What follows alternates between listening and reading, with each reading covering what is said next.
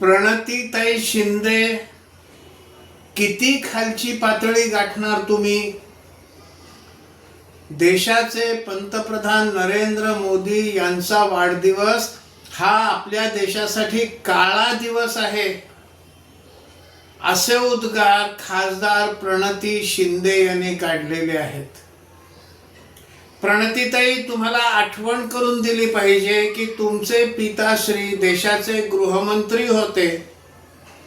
गृहमंत्री या नात्यानं ते जम्मू काश्मीरच्या प्रवासावर गेले होते. ते तिथे लाल चौकात गेले होते आणि नंतर त्यांनीच कबुली दिलेली आहे की मी घाबरलो होतो, माझी फाटली होती, असा शब्दप्रयोग त्यांनी स्वतः केलाय.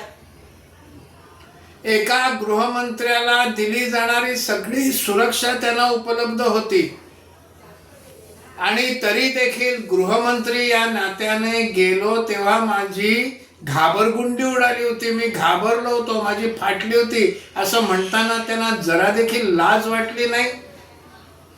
खरं तर तुमच्या पिताश्रींचा वाढदिवस हा काळा दिवस मानला पाहिजे.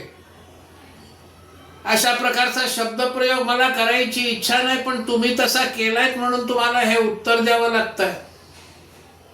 मोदी देखील त्या ठिकाणी गेले होते, कुठलीही सुरक्षा त्यांना उपलब्ध नव्हती, ते घाबरले नाहीत.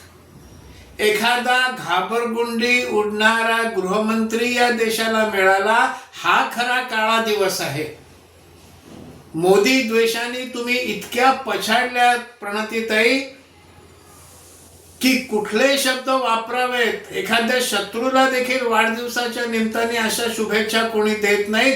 तुम्ही ही इतकी खालची पातळी गाठलेली आहे, तुमचा धिक्कार आहे.